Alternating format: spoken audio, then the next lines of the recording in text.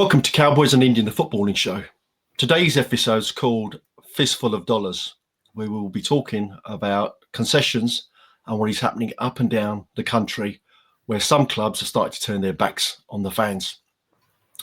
These are the same fans who helped lift these clubs to where they are today. I tend to forget this next bit, but I haven't today. But please hit like and subscribe. Doesn't cost a thing. Hit the bell notification so you get a heads up when our next show is available, and make a comment, good or bad. We'd love to hear from you. So introducing the pundits, the singing cowboy, Duggy. Don't try to understand them, Robley and Brandon. Soon you'll be living at my side. Yes, good evening, everybody. Bit of rawhide. Right, thank you, Duggy, for that rendition of rawhide. And it's your turn next, Stu. Stu the Hammer Valentine. Just good evening. I ain't going to try singing. That's for sure. Now, today we've got a really, really special guest. It's Mr. Andy Payne, one of our own. Sorry, my light keeps going out. Who's born in Walthamstow, season ticket holder for many, many years at West Ham United, and a follower of our national team, England. And is the current chairman at Hammers United, which is a supporters initiative to improve fans' experience for all West Ham supporters, young or old. Andy, welcome. Thanks, Tone. Just a slight point of detail, and hello, Dougie, hello, Stu.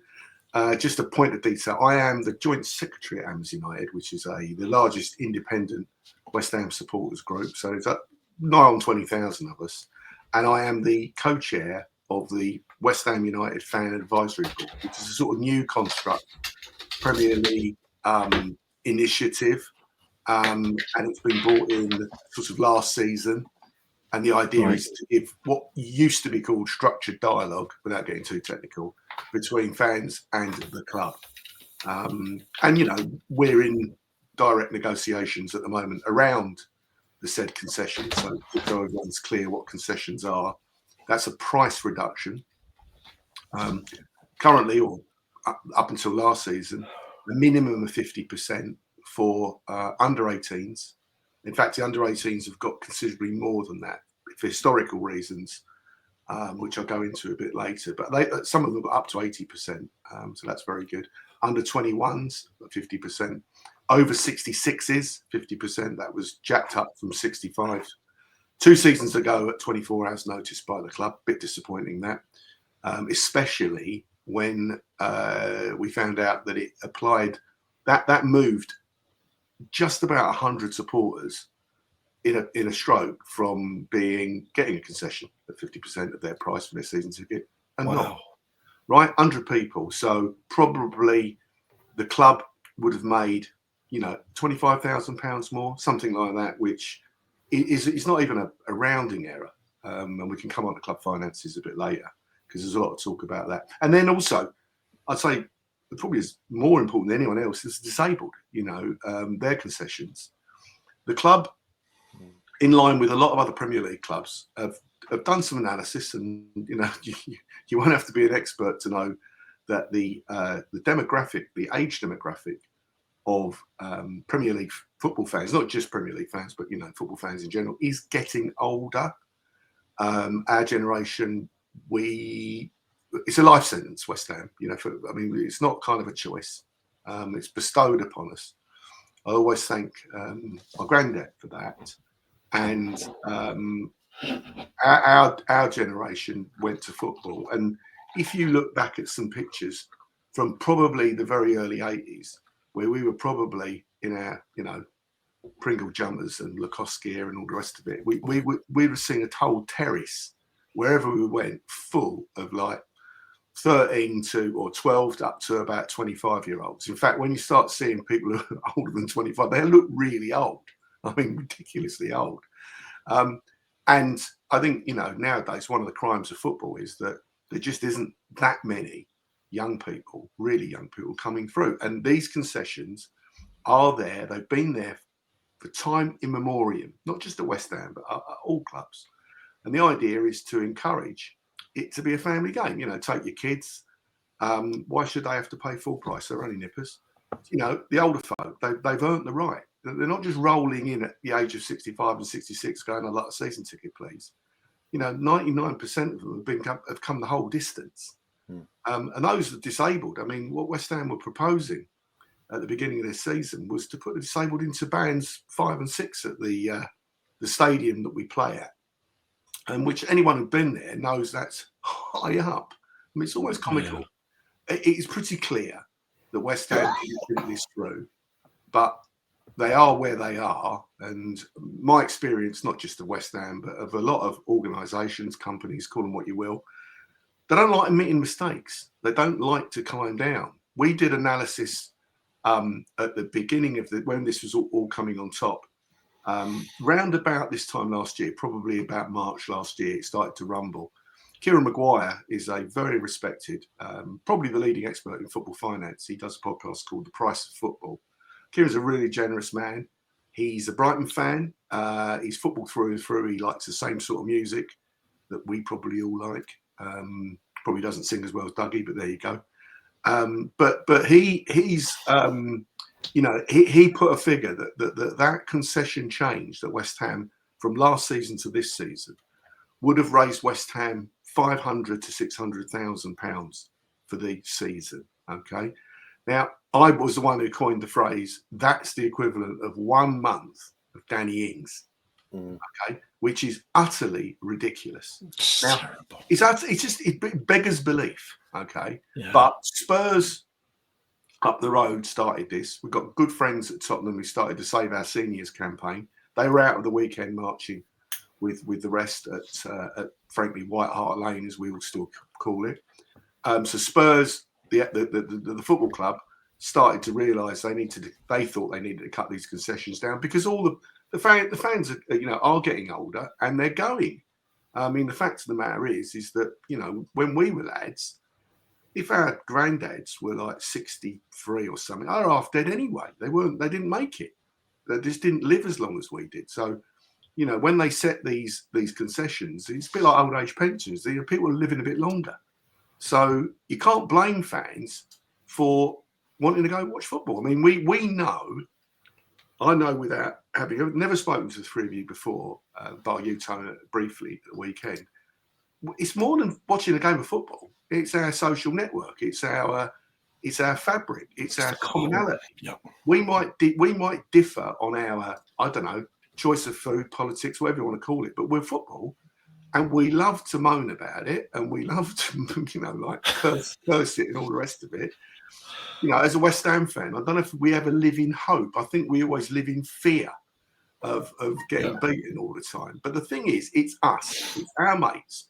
We've had to go through a very, very traumatic time when we moved out of, you know, people called it the bowling. I mean, it was always called the bowling, but we always called it Upton Park, really. Park, yeah.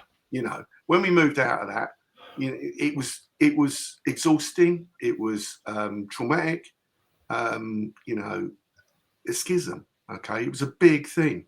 All the lads I used to sit with, the lads I used to stand with, we all got like moved all over the shop. I mean, it just was just a mess, frankly. And I can remember the first day going over there. We played in a friendly. I think it was Juventus, but I might be wrong. We played in a friendly. And we come out of Stratford and like we're marching sort of I mean, up a hill, down a hill, you know, and it's like, how are we going to get to this ground? And I thought this must be like early growing pains. They ain't got any better. It's got worse. And, you know, all of us were thinking, what's going on here? And then you get in that place. I was lucky enough. My mum's from Stratford, so I was lucky enough to get tickets for the Olympics when it was in London. And, you know, took my mum. She loves athletics and that. And so I knew the stadium. You know, I knew what it was like. But when we got in there for football, it was worse. And I'm sorry, from day one, I wasn't happy. I don't like bluntly, I'm not happy about the ownership of the club. I think we've sold a pup there. I've got lots and lots of Birmingham City mates. You know, all that Zulu firm, they kind of like couldn't wait to see the back of their owners who became our owners. And they warned us what would happen. And it has happened. And we're in the middle of it now. It's getting I don't believe it's getting any better. It's changed, and yes, the game's changed, and people can say, well, you're all old men moaning about the past.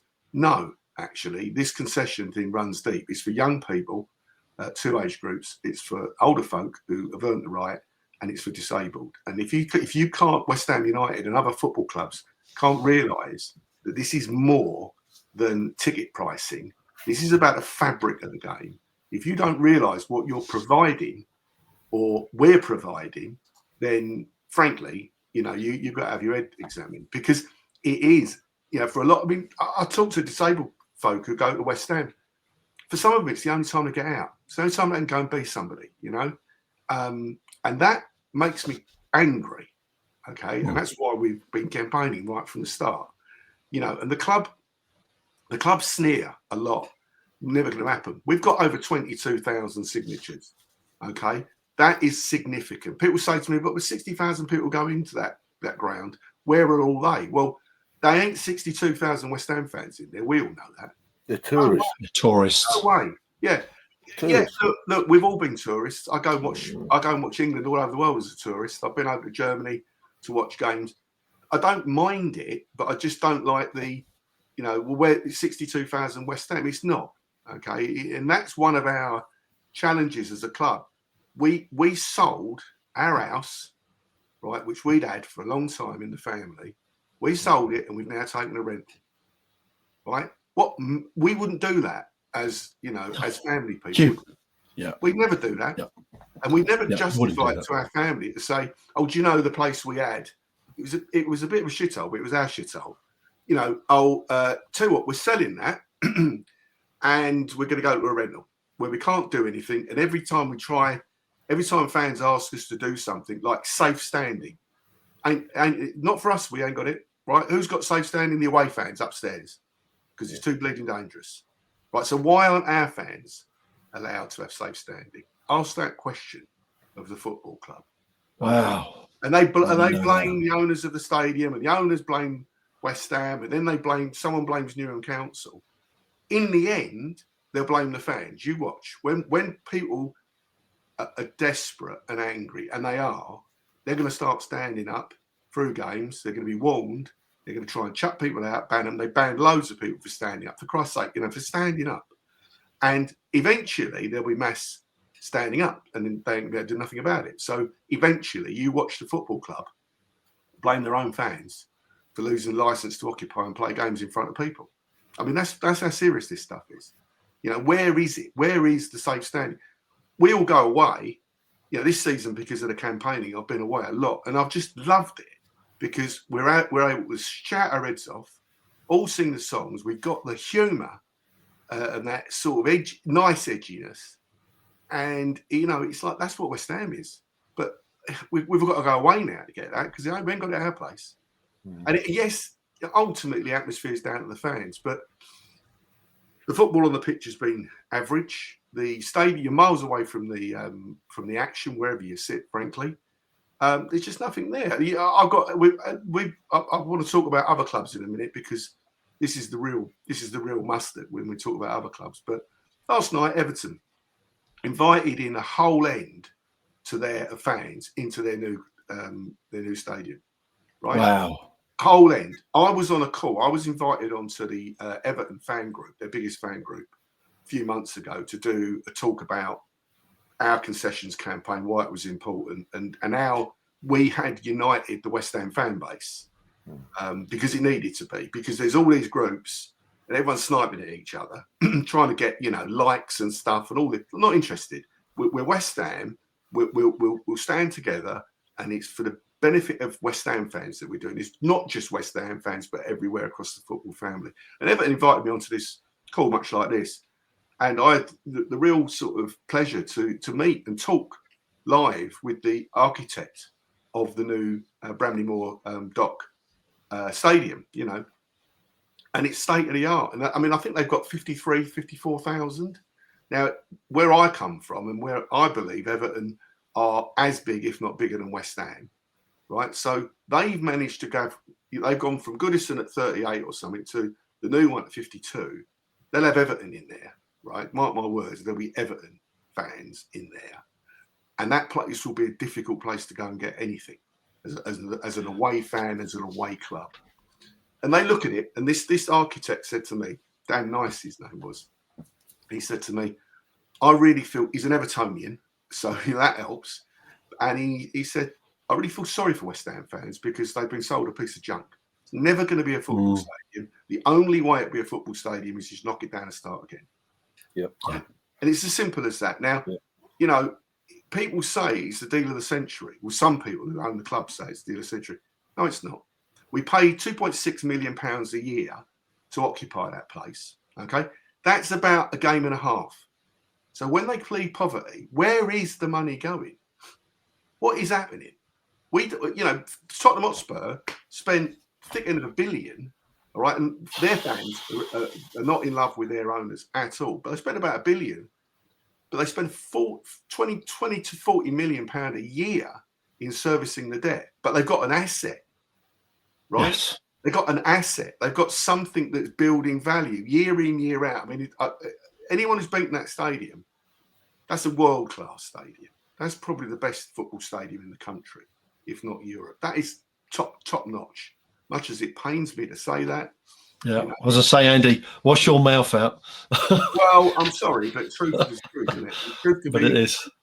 Do you know? So this campaign is really, really important. Which, you know, we didn't start it, Hammers United. We might have been involved in discussing it, but it's a West Ham protest. It's the Save Our Concessions campaign. We've got good national coverage, good media coverage, and do you know what, boys? The one thing that's really heartening: other fan groups from around. We're now linked up with them formally, right? Yeah. There'll be more news on this soon, but we are working with other fan groups from all the big clubs who are all facing the same problems, and they've all said to us, we've watched what West Ham have been doing. We've watched you unite the fan base. We've watched you protest, in a peaceful, respectful way, but consistent. We're the only club that's done it every game home and away since the beginning of the season. And do you know what? It's lonely sometimes, but we ain't going to stop. And when Hammers United did the campaign, when there was that march that you may have been on, the Metropolitan Police cited that as between 9,000 and 10,000, where we were demanding that the club talk to fans. Then COVID hit, and Hammers United went to every game, home and away, and demonstrated 6-7-handed. That was all with a flag at every single game until COVID sort of was lifted.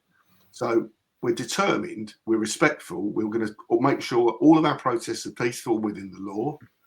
But the bottom line is we're not stopping until we get this stuff back, because we owe it to the young, the old, disabled, and everybody in between. Yeah. Well said, Andy. I know, Duggy, for you, it's been a passionate subject for you, because you've been pushing me to talk about this subject on one of our shows. Yeah, just a couple of things first, Tone, if you don't mind. Sure. Sad news this week. We lost Ronnie Boyce, didn't we? Lifelong Hammer, scored the winner, last minute 64 cup final. But I'm a great sports fan of all sports, me, and Stuart and I have been arguing this week that footballers are too fit and that's where they get injured. And two of my favourite sports, horse racing and boxing, and two youngsters have lost their life this week. A young boxer, Irish boxer called John Cooney, and a young jockey in early 20s, Michael O'Sullivan, got crushed by his horse. So sending big regards to them families. And I tell you, they talk about how hard footballers are, but there's no harder game than national hunt racing and boxing, I can assure you, day in, day out. 100%. But for me, I just wanted to say that. It's just, there's reasons I'm connected with the horse racing bit, but there's no football for me without fans. The problem that COVID did, when Andy talked about COVID, was COVID sort of showed a way to the club that there is football without fans. And if you go back to the season before we left Upton Park, not the last season because it was sold out most, the season before, you could go over there and walk in and get a ticket, as you could in most grounds around the country when I used to go to the away games. When I used to go, you never ever needed a ticket. If you went in the away games, which you silly did sometimes, you had to learn the other team's players, the other team's managers, because the police would say, all right, who's their forward, who's their manager, you know, blah, blah. But you could get in anywhere. And suddenly football, with the inception of the Premier League in 92, 93, I think it come in, and Man United were the first winners of it. It changed everything. If you look before then, I'm just going off tack to come back to where we are now.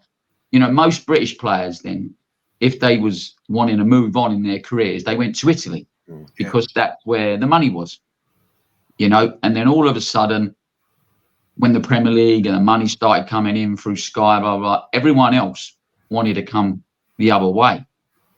And now all of a sudden, if a British club wants someone, they're paying 25 million, 30 million more than the player's actually worth. That going back to Danny Ings, you know, we brought him, whether it was his decision, Sullivan, to bring him in without Moyes, we'll never know, but 120,000 a week, and I think we paid 20 million for him. A bit like this, what's the name guy, the German guy, a dud boy. Füllkrug. And then, you know what I mean, now then all of a sudden, the players wanted to go to Spain.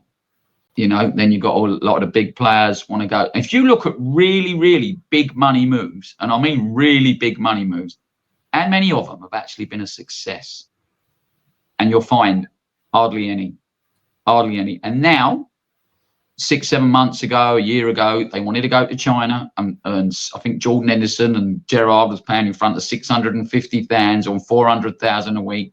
And now Bosch, I think the last couple of months we've seen Duran go for 57 million on 350,000 a week, going on to Saudi. Middle East. My bugbear for all of this is I can actually see clubs actually going out of business. I think you mentioned Everton. I think when Moyes has come in, and credit to Moyes, I didn't want him at West Ham, but credit, I think he scored 12 out of the last 18 possible points he's got. But I actually think if Everton would have gone down, and there was a big chance they could have gone down, I got a feeling they could have gone. I think Bury was the last big team, if I got it right. But watch this space. You mentioned Birmingham. If you look at Birmingham's finances, ever since the Golds and the Sullivans was there, it's gone down and down again. And I'm telling you, the way that the overpricing of the tickets is going to drive, especially I call them legacy fans, because the small generation, the 4, 5, 6, 7-year-olds, they're us in 50 years' time. If they get that far, by the way, Andy, because I know we've got to be worried at our age, but they are, you know, and you want to see them fans. Mate, there's some videos I've seen of young kids singing Bubbles. It brings tears to my eyes, you know what I mean? Yeah. But you've also, I'm sorry, I know I've gone off, right? But I just think the whole package of the Stratford Stadium and the demographics of everything was wrong. And we got sold a dud. But even though we got sold a dud, they could have changed things. They could have made the transport there and back ain't bad, but getting in, getting out, it's just a joke. You know, you're bringing kids out at like 10:30, 11 of a night. You've got to work yourself back to Westfield. Most people jump on the Docklands or try. You can't park anywhere. Probably both flyovers, probably the nearest place you can park without getting a ticket, and you can't park there till after 8 o'clock. So you got to sit there and leg it down. I mean, who was it we played in I think it was the semi-final or the quarter-final or the cup we was in, and they put us on at 6:15 in rush hour. In rush hour, when people don't finish work till 5 o'clock, they've got to get back. And the TV rights now, the money they're getting in is so much more. You went back to the money. You said that how much they brought in, 500,000. If we can add that to a transfer at the end of the season, we can go, right, hypothetically, Caduce, we was going to sell him for 30 million if he's worth that at the moment, because I don't think he's played anything like he did last year, this year. You go, right, he's not going next year. If he wants to go, we'll send him for 31. And that covers the thing. I remember being over Upton Park, and all the, you remember the old, the Alf Garnett, when he was sitting in his wheelchair and West Ham scored and he jumped up and he was right on, he used to be on the side of the pitch, didn't they? All the wheelchair fans. All the kids used to get moved down the front. I mean, you can't talk about the money of the prices of food, and you can't talk about the beers and extra, because that's nothing to do with West Ham. But what they can do if they want to attract kids, especially at the prices they're charging, is to make it a nice place for kids to go. I was watching an Amers chat video the other day, and I think it was Frankie was saying his boy goes over Charlton and there's five-a-side football pitches there. I mean, not that their owner nearly run them out of business a few years ago, didn't he? And they got beepers. You've got to make it a whole package and make it a lot. Oh, he's gone. I thought he was doing too well. He's doing well. Yeah, he's going to break out into a song in a minute. Look at him. There's a lot there that Dougie's covered in a very short space of time. I mean, for what it's worth, I actually think West Ham have, up to now, tried to look after the kids and made it attractive on the numbers. I do think they do that. They will say that they've got the cheapest Premier League tickets in the league, and they have in certain areas. They've got a few of them. They're not massive amounts, but it's not a lie. But this Concessions is another brick in the wall, really, as far as I'm concerned, because it shows it's not just West Ham, it's everywhere. Every club you look at, trying it on. We had a Leicester fan on the other week, didn't we? And they're going through exactly the same sort of thing as we are. Yeah, major issues. They're cooking the golden goose because they take the fans for granted.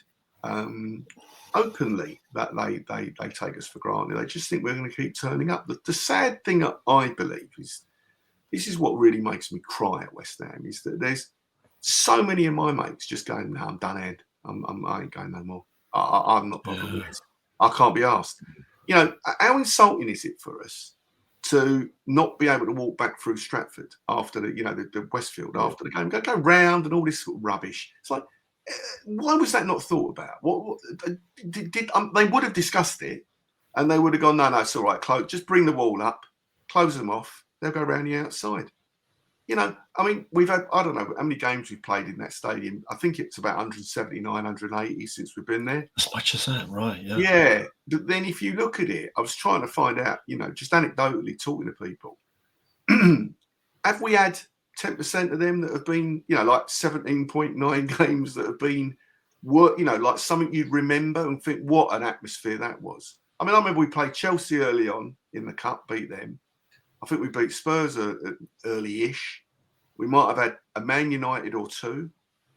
We've obviously, everyone talks about Seville and all that stuff. Yeah, that was great. Yeah, I remember those. Good. Comes on and all that kind of stuff. Yeah, that's great. But really, if we've got 10% of the games, and I'm struggling to think of too many, then you sort of think, well, is it really worth it? Don't matter how cheap this kids' tickets used to be.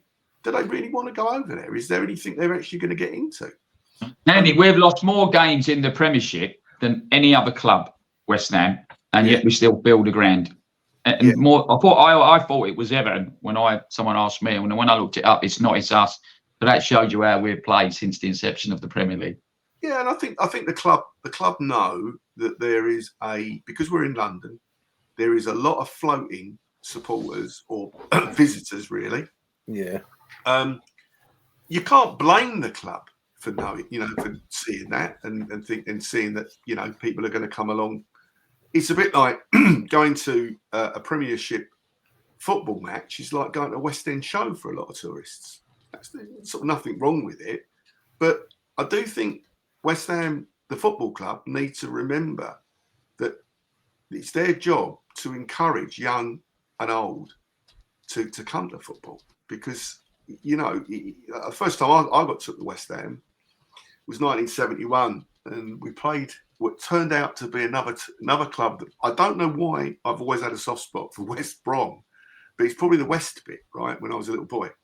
And we played West Brom, and my granddad took me, and 1971, and we actually won the game, which was amazing.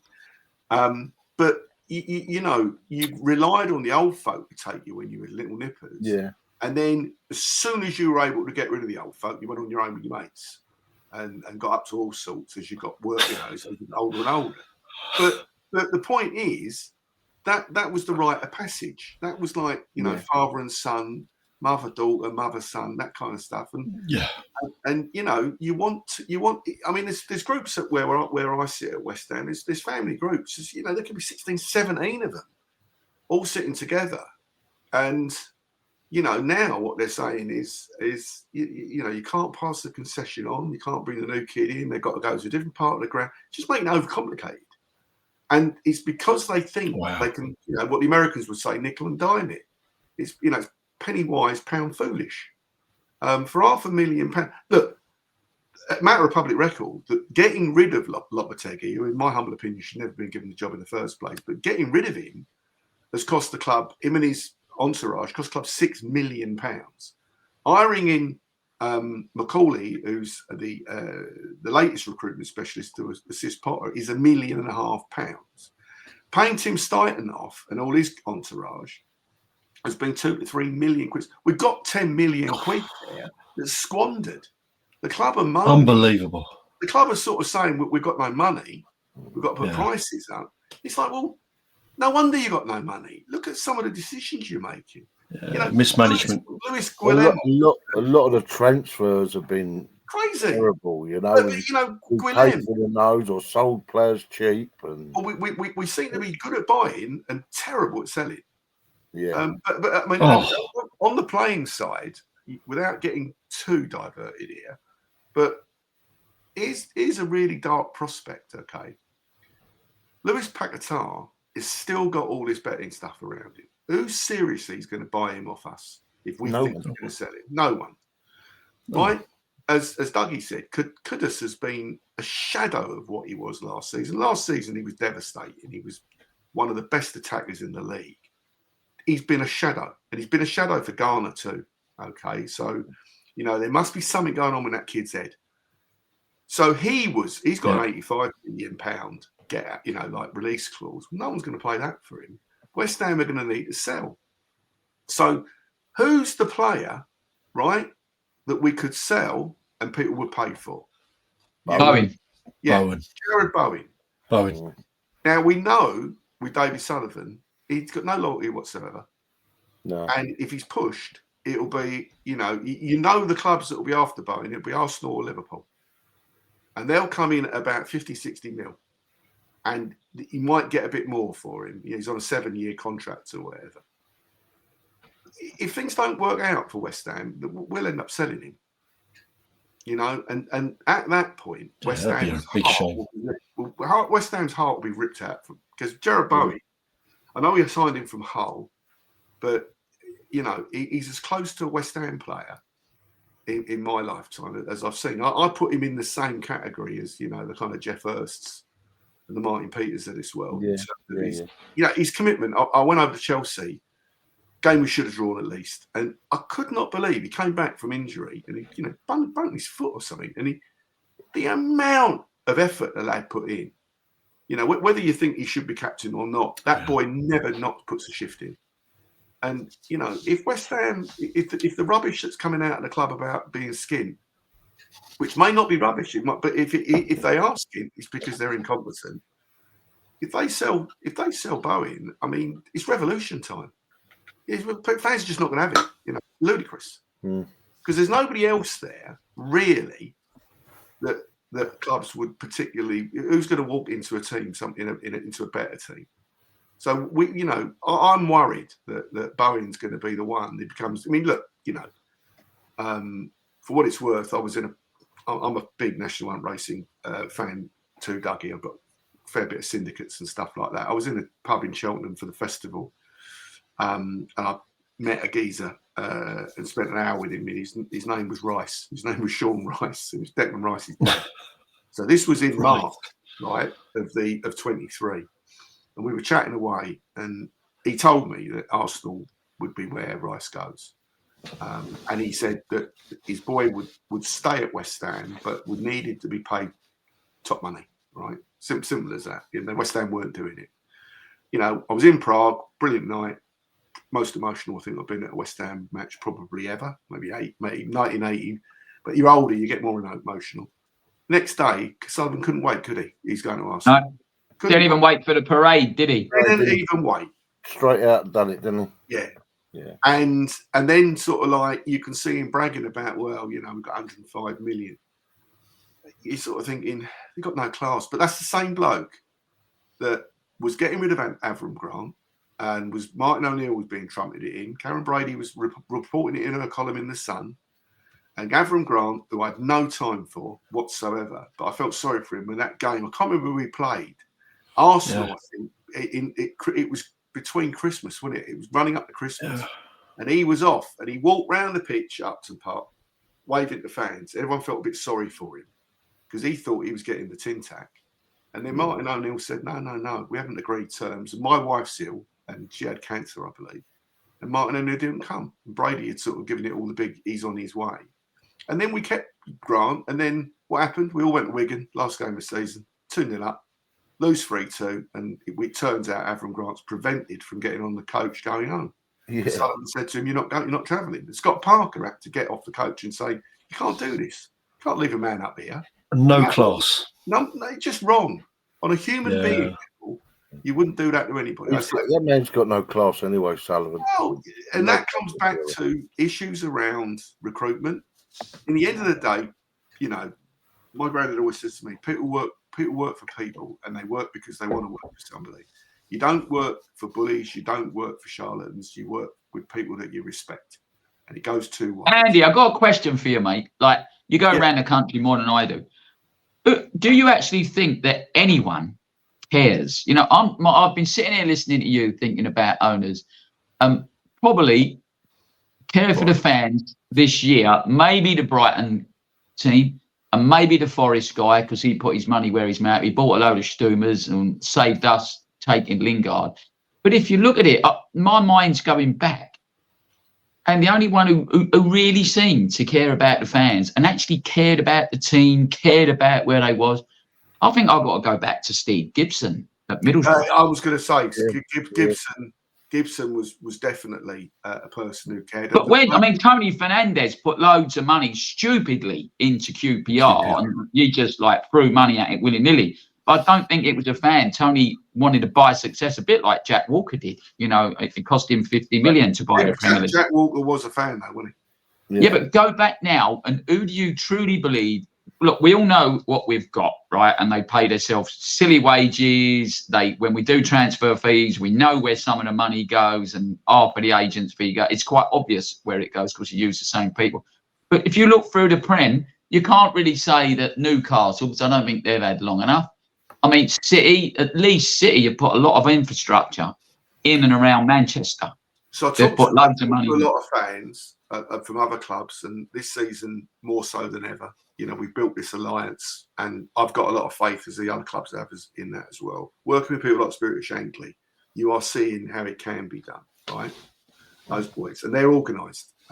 Boy, are they organised, and the same. To answer your question, Dougie, I think in terms of who really cares, that is quite existential, right? We can be getting into all kinds of stuff there.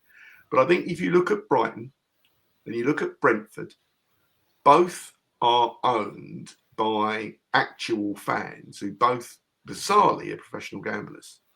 And Tony Bloom at Brighton and Matthew Benham at Brentford are both big algorithm guys, and really understand the art of mathematics, and they would argue both of them have put a lot of their science into their recruitment.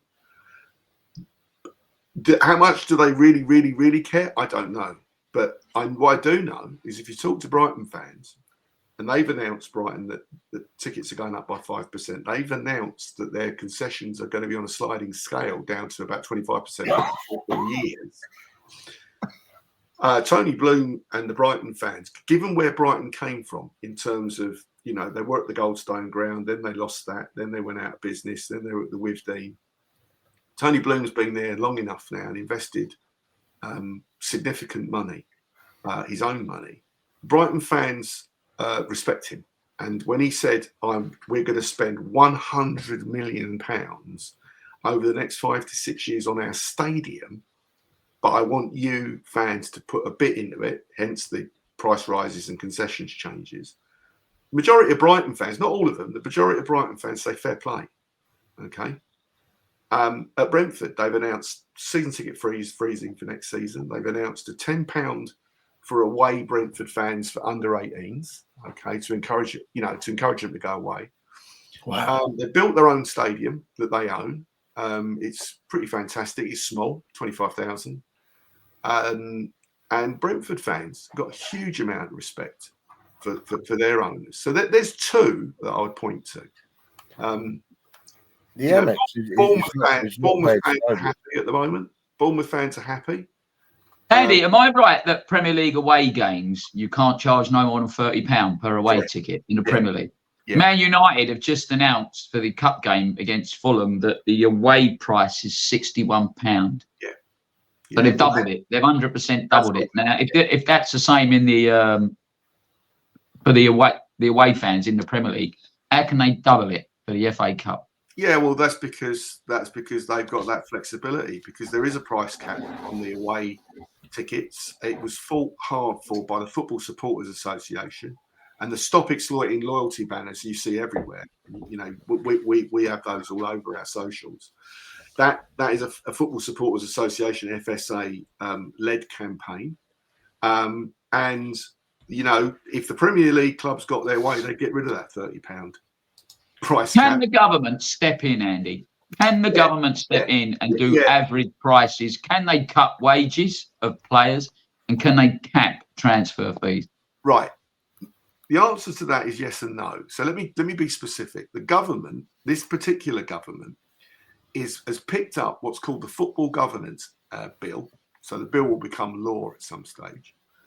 And the Football Governance Law was introduced by the Conservative government as a direct result of the Super League. It was actually Boris Johnson who came up with the idea. He, as always, came up with an idea, and then the actual people who do the work came in behind and did the considerable amount of work.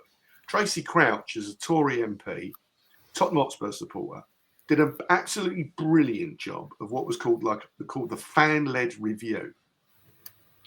And that has been the basis of this football governance bill, which is currently going through the House of Lords.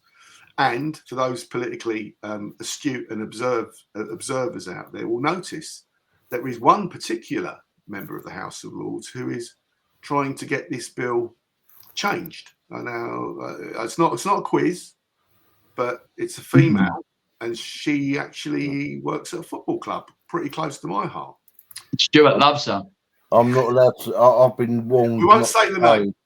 All I can say, her middle name is bury me in a Y-shaped coffin. Now. I can't stand her. No, but getting back to Dougie's question, so this piece of legislation is moving through, and it is there to basically have the fans heard, to protect the culture, protect the heritage, but also between the Tories leaving office in July and Labour taking over, Labour have inserted a piece that ticketing is going to be covered by this. What they won't do, what no government, certainly in the UK, will do is dictate what prices could be charged. They won't dictate wage caps or stuff like that, and they won't dictate, the kind of anything financial. But what they are doing is saying football can't govern itself, because if you look at what's going on at the moment, you've had all this business with Manchester City, 115, charges. Yeah. One minute they're in, then they're out, then they're dropped.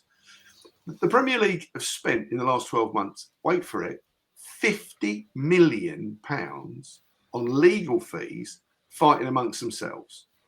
Right? Just so everyone's clear, the Premier League is a membership organisation of 20 members, and those 20 members are the clubs. Okay, so the Premier League employs the staff to run the Premier League, but they are beholden to the clubs. The way it works. Yeah, but surely, Andy, sorry to back again, surely there's got to be audits somewhere, because if you remember what Ridsdale did to Leeds a few years back, he nearly ran them into the ground, and they ended up what I always call it the third division, don't we? Not the Championship, one under. And they was on the verge of losing everything, Leeds, wasn't they? Well, so without trying to get too nuanced here, there you would have probably heard of the PSR rules, profit and sustainability rules. They've all just voted for it again, haven't they? Yeah, they've just voted for it. Now, what this is the Premier League. In order for a vote to carry, they have to have what's called a supermajority, 2/3. So 14 out of the 20 clubs have to vote for this. They've just voted to continue with PSR. Yeah. Why do they want PSR in? Well, I'll tell you, it's pretty simple. It's because I think we've got now 10 or 11 American-owned Premier League clubs, and we've got 2 Arab-owned Premier League clubs. And the idea is that, you know, when you're looking at the competitive nature of the game, it comes down to money. With Abu Dhabi coming in with Manchester City, and with now Saudi Arabia, even bigger economy, coming in from Newcastle, the Premier League clubs, the majority of them said, fuck this, we need to stop this, because what will happen is Newcastle will be just able to outspend anybody, you know. 100%. Yeah. So they came up with these rules. It's a sort of variant of the football fair play rules that were about 10 years ago. So these rules themselves aren't bad, but they're the Premiership's rules, and they can't even administer them properly, to the point where actually they've got a 50 million quid legal bill going out of the Premier League to the lawyers. Okay. And we fans are being expected to pay more. So to Dougie's point, you know, that's why there is a regulator required. How much teeth that regulator has, how effective they'll be. You know, you'll hear the naysayers saying, well, look at our water industry. You're in Spain, Dougie, we're in the UK. You know, the rivers are full of shit, and we've got a regulator. Look at gambling. There's a regulator. Gambling's out of control with some parts of the youth and older guys. Look at the energy markets. UK is the most expensive in Europe. We've got regulators. So people can argue against regulators, or they can argue for them. We believe that the fan-led review, I say we, football fans in general, believe that the fan review has given a government an opportunity to put something in place that the football industry hasn't done. And if they haven't, they've had plenty of time to do it, and they haven't done it. They're arguing, the Premier League argues with the Championship of the Football League that of the distribution of the money from TV, and they haven't come up with a deal. And the Premier League basically, on the quiet, say, well, the lower leagues have got no leverage whatsoever. So here's some money. We're not giving you any more. And that's, you know, by all accounts, that's completely unfair. So look, to answer your question, Dougie, the answer is yes and no.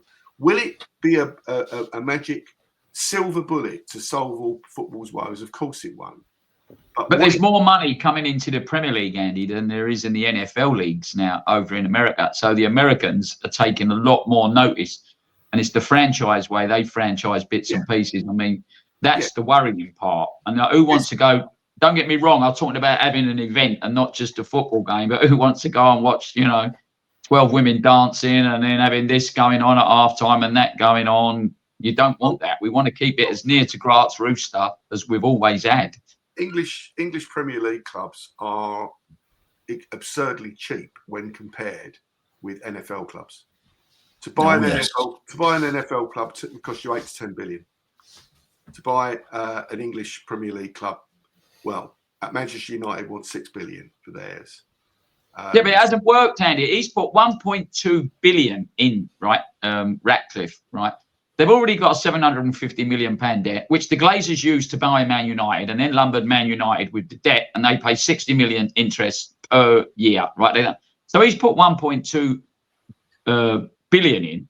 They didn't use that to pay off the 750 million debt. And today, another 200 people have been laid off around Man United. Another 200. Now, what he's been doing, he's gone in it to run it as a business, as a businessman. And all these players, you wonder why Man United have suddenly fallen off the grid, but all these players, they see the same people around the ground, the kit men, the tea ladies, the car park. All of a sudden, they're coming in. These people ain't there no more. And it's just all the stewards are not getting any more bonuses, the stewards' tickets for cup games, they're not getting no more. It's in disarray, Man United. And I said, when we talk about where would we like to finish, and someone, I can't remember who I watched the other day, it was Gary's show, and he said, I think we finished 12th. mate, I'll take fourth from bottom the way things are going now. But I also think it ain't just us and Wolves, up to Wolves and us.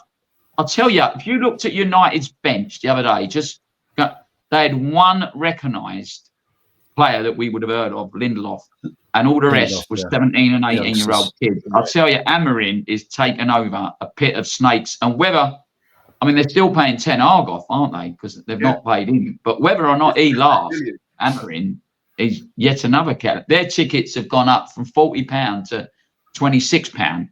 They've gone up to 66. So the cheapest ticket at Man United is 66 now. But even that only brings in 1.2 million a game, 20 million a year. It's bad business that's ended a lot of clubs in the way that, like you say, we've bought higher, bringing in. I always remember Alan Sugar going, I'm not overpaying for Carlos Kickerball. Do you remember his comments because Klinsmann done him up, didn't he? And then went knocking outwards. And it's just bad business all around. And Ineos, they've put all that money in and they're still lumbered with that debt, Man United. Still got to buy 60 million a season. Yeah, I mean, you're absolutely right. I think football is bust, okay? But so hold that thought that football's bust. So why are people buying football club, English Premier League clubs up? Why are they doing it? Well, the reason is because once they get hold of the direct-to-consumer streaming rights, like let's call it Netflix of football, where the likes of me and you or us four pay, depending on what part of the world we're in, $5 to $10 a month to watch our club and get all the games. At the moment, the worldwide audience for the Premier League is minimum 200 million, right? So if you were just to say that you can monetize those 200 million to the likes of $5 a month, that's $1 billion a month coming into the industry. It's 12 billion a year. That's a lot of money. It's a lot of money. And that's without anything else. That's just streaming. You can't legally pay to watch every single game streamed anyway. Well, it depends on at the moment, the deals are done by the Premier League and they're done by territory. And that is still basically a TV deal, as in, someone in Dubai has got the rights for Dubai. But in case anyone hadn't noticed, the internet's been around for a long time. It isn't difficult for those clubs or the Premier League. It could be a collective or it could be individuals to say, okay, run those deals down. Now we'll take it over ourselves and we'll just build direct, because it's easy. You get it on your phone. You've got an app. You can spin it to your TV. Bob's your uncle. I mean, like my dad's still alive and he can do that. He's 91. Where's all the money going? Which Tony and I have spoke about this. Basically, it's a giant pyramid scheme, isn't it? But who's getting most of the money? The Where's it going? The money is going to the players, the agents, and probably the kind of entourage that goes with it. A lot of the money is going out to some of the broadcasters are certainly making money out of it. And sponsors. The sponsors are paying in because they want brand activation. They want eyeballs on their brand. Well, Amazon are paying more now, aren't they? So they can show more games. Yeah, but you'll note what was interesting with Amazon. You'll note that that Amazon have not continued with the Premier League. They had that kind of Christmas games and stuff like that. Right. That's coming to an end now, and they've changed to Champions League.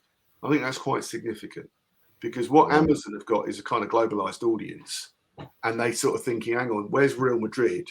Where's Juventus? Where's Bayern Munich? Let's talk about Super League again. So the Champions League is the closest thing to it.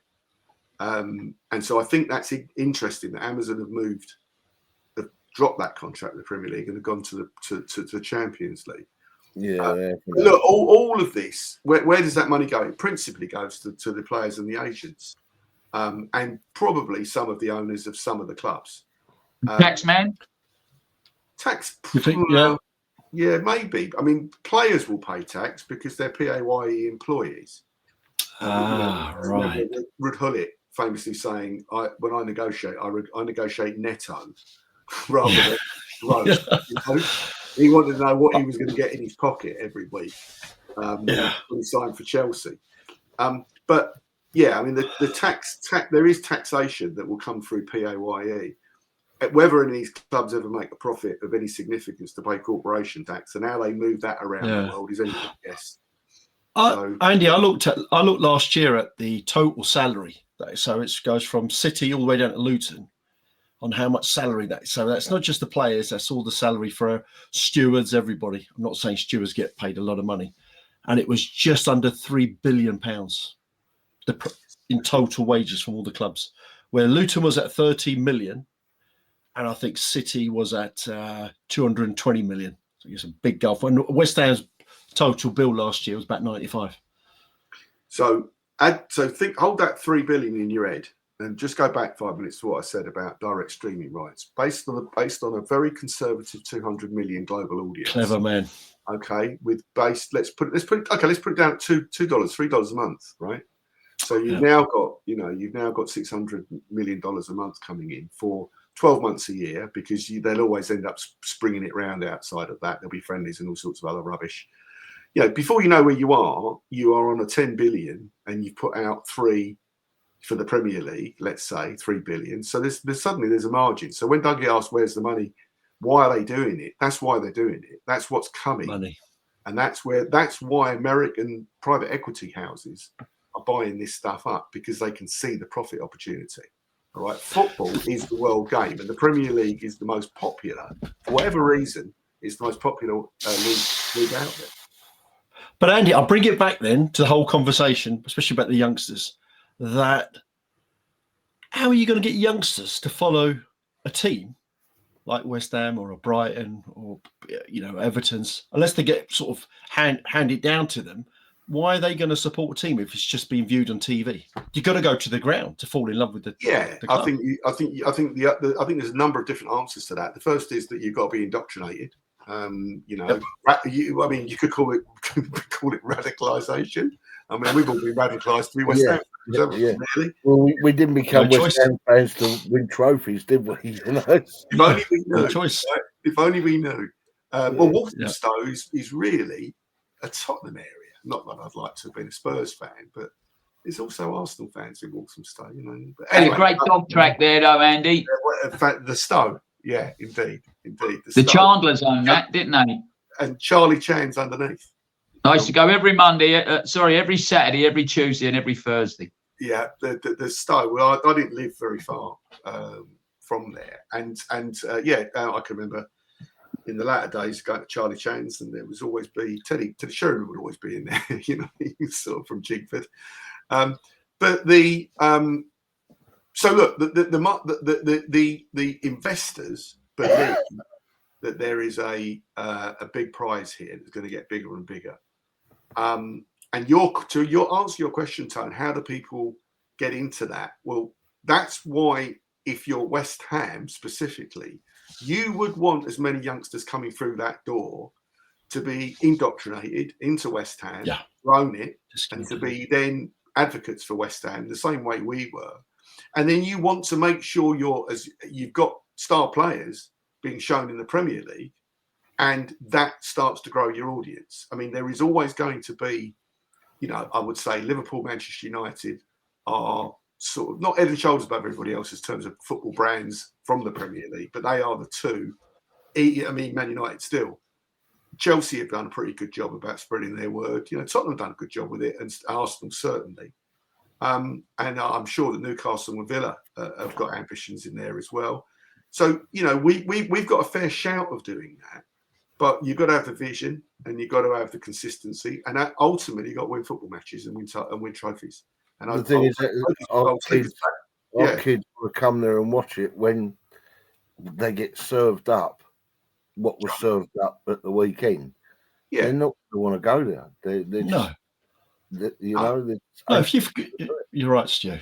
If you've got a 6-year-old who's left the club, and he's walking back and now just has to stand there holding his dad's hand because they're all been told to wait for 20 minutes while some guy holds up a lollipop stick saying, right, you can walk now.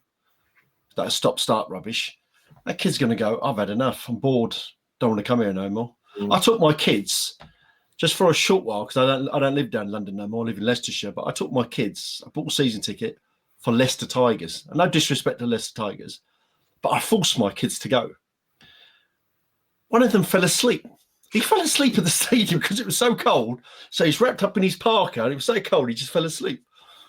But you know, they've got to have that excitement and that thrill. Well, one of the things of going there. Yeah, and one of the things that we all experienced, and it, you know, and I would argue if you go away, you still experience is that randomness of standing, you know, nowadays in safe space, standing up, singing and shouting songs that you don't sometimes know, but you soon pick up. And you've got that noise, you've got that humanity around you. Score a goal, and it's collective. That's why people love football. That's why it's the world game. Because it's like, it's a simple game to understand. And for all of us, it's like, it's in our blood. And if we're not careful, the game will change. It just becomes a spectacle, you know? It already is, Andy. It already is. I always remember when we watched, like when Liverpool years ago, you know, I'm talking about, I used to listen to my mum's radio, you know, I lived in Wapping and she had this old Roberts radio. And you always used to hear Shankly at the end, we've got to learn. We've got to learn how to play the Italians. We've got to be like them. You know, we've got to waste time when we're winning 1-0. You look at Brentford against us. You know, we call it, Brentford have had dark arts for God knows how long. And it just don't interest. I think I looked at it, you know, the last one when even one of their fullbacks went to the ref, oh, he's just done that right near the end. We weren't going to score. And he said, oh, Kudus. And when you looked at it again, he was nowhere near his face. So with this, I can't stand VAR, by the way. I hate it, right? I know it's helped us out the weekend, but if they're going to do that, then retrospectively, they should give him a card afterwards. Go, hold on a minute. You've held up the game for X amount of time. And with VAR, if they can't get a decision within 30 seconds, it goes with the referee's decision. Get the ball moving. Get the game moving again. I mean, what was it the weekend? The Brentford goalkeeper's laying on the floor as he'd been poleaxed, and he wasn't even touched. He wasn't even touched, you know. I mean, surely the ref can turn around and say, right, play acting, mate, cheating. He didn't know though, Stu, did he? Stop the game because he held his face, and they've got to stop the head injury. They've got to stop it. I get, maybe I'll read it wrong, but these days a lot of referees, and I'll probably be slagged off for this, but I think the referees have an agenda themselves. There are teams they want to give things to, and teams they won't give things to. To be honest with you guys, I you know, years and years ago, all the time, you know. I never wanted the foreign players coming in. Years ago, I think it was you could use to. One was just said foreign players, and now the other one's going on about bloody refs. No, but like when they come in, if you look, I think it was Gianluca Vialli who was the first manager to field 11 players for Chelsea, and not one of them was British. And that's the beginning of the end. And the problem is we've got overpriced players coming in on over-exaggerated wages. Right. Look at Kudus, and he could not care less. I remember when Sean Wright-Phillips went to QPR and his dad went, what are you going to go there for? He went, I'm one of the highest paid players there and I'll sit on the bench. And they didn't get picked. There's the problem. They should be, I'm going to do one more rant and I'm going to shut up. They should be because I want to close this up. And he's given us enough of his time. Right. Sorry, Andy. I'm going to say this, right? I got invited to Stockley Park to see how VAR works. There is a whole hour's discussion to talk about the pros and cons of VAR. All right. Part 2. I also met a number of referees, and there's another discussion around any so-called agendas. They're human beings. I think there's some things that we could help. You know, why is timekeeping not taken out of the referees' hands? Why do they have to waste their time with timekeeping? It's just distraction.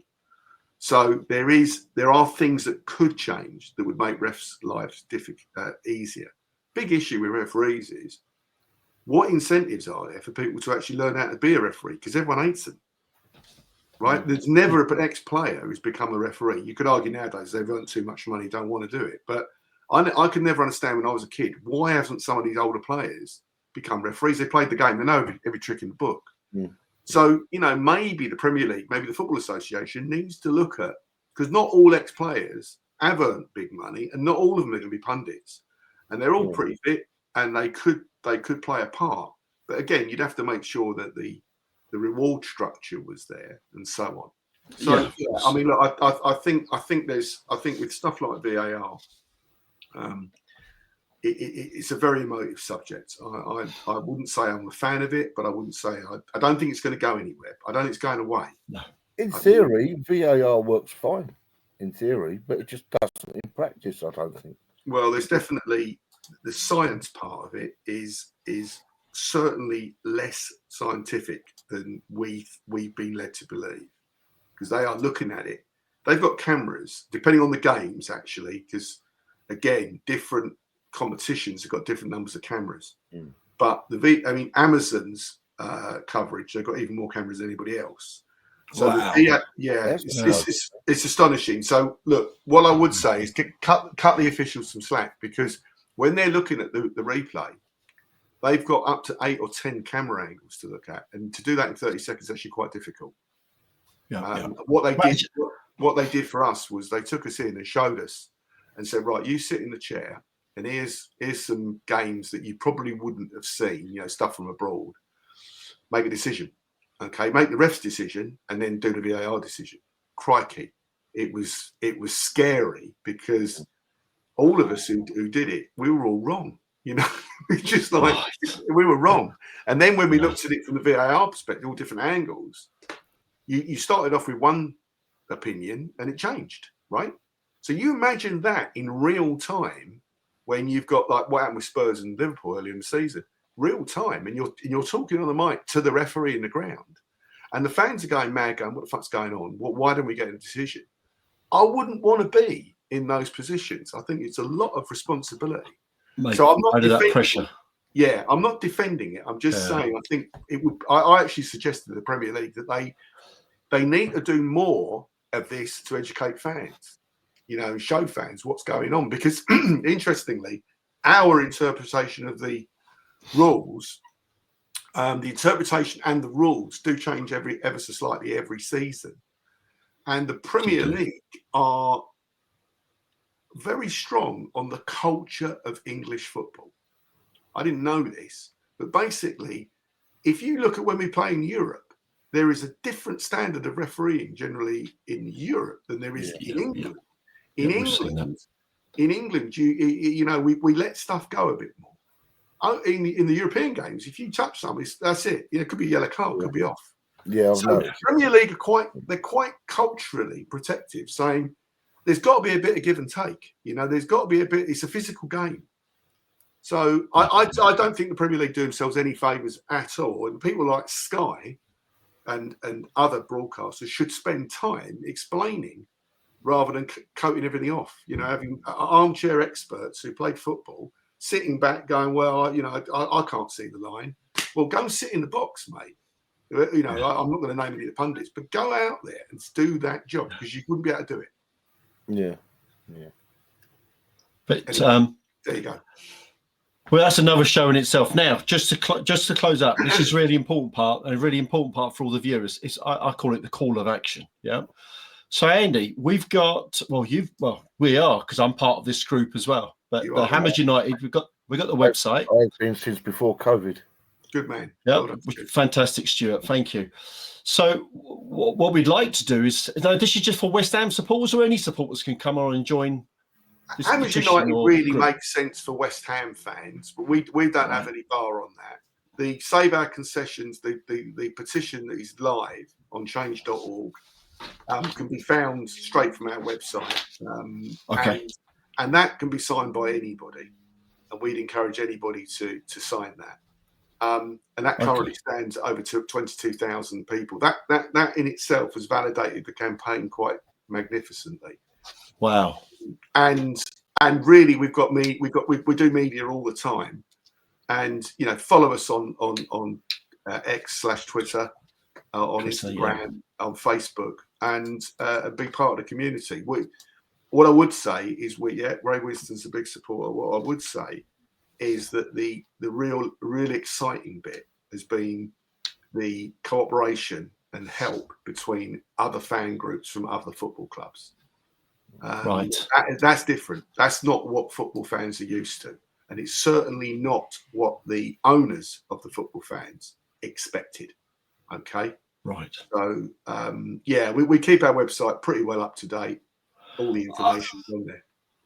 I was going to say, you guys done a really good job. Great articles.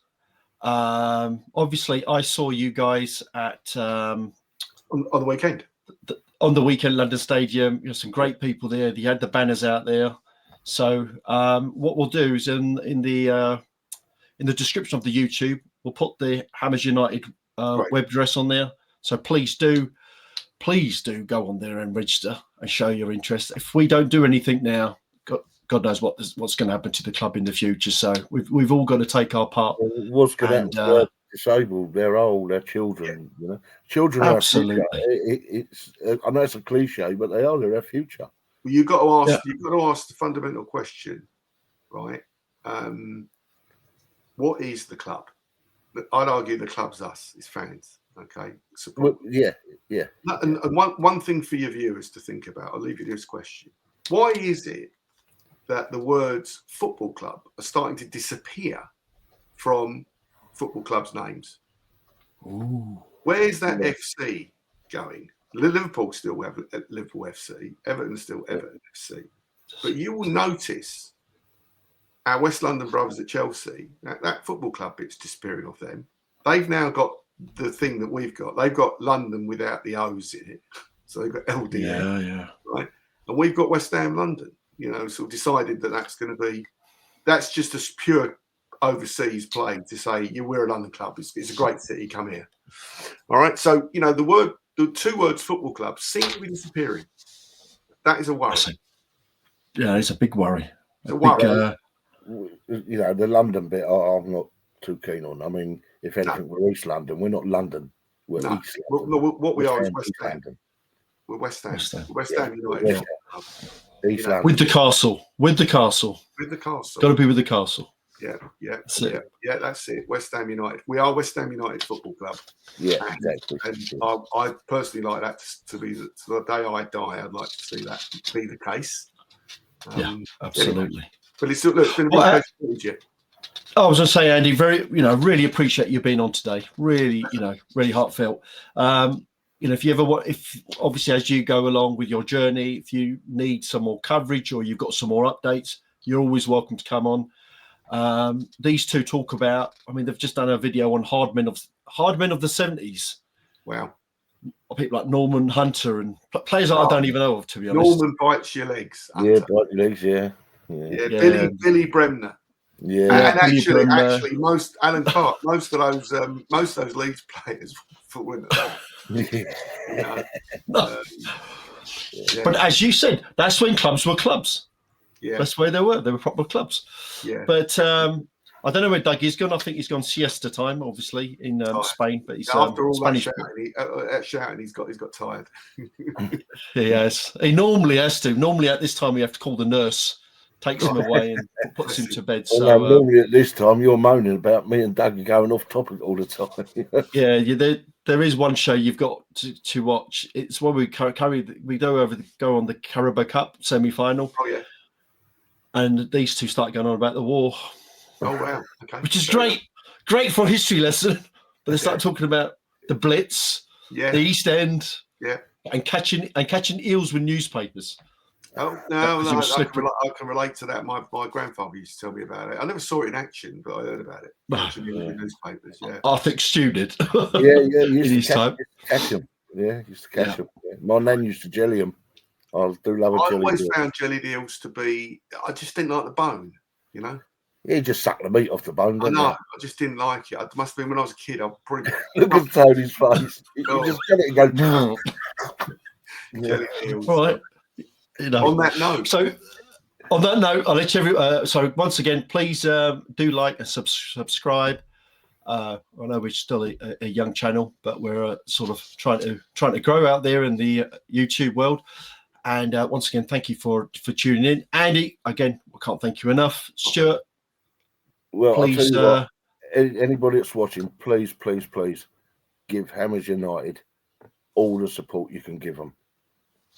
They need the support. Without them, and I'm going to swear because Duggy ain't here, without them, we're fucked. We will do. We, all of us, will do our best. All right, we'll always do our best. That's all we can do. But one thing we're not going to do is we ain't giving up. Just let me be clear about that. We ain't giving up. We're West Ham, and that's it. Yeah, absolutely. Right. On that note, thank you, Stuart. Just want to sign us out. Yeah, take care, stay safe, and stay lucky, my friends. Come on, you. Thanks, everyone. Thanks, Andy. Amen. Go Irons. See you later. Cheers.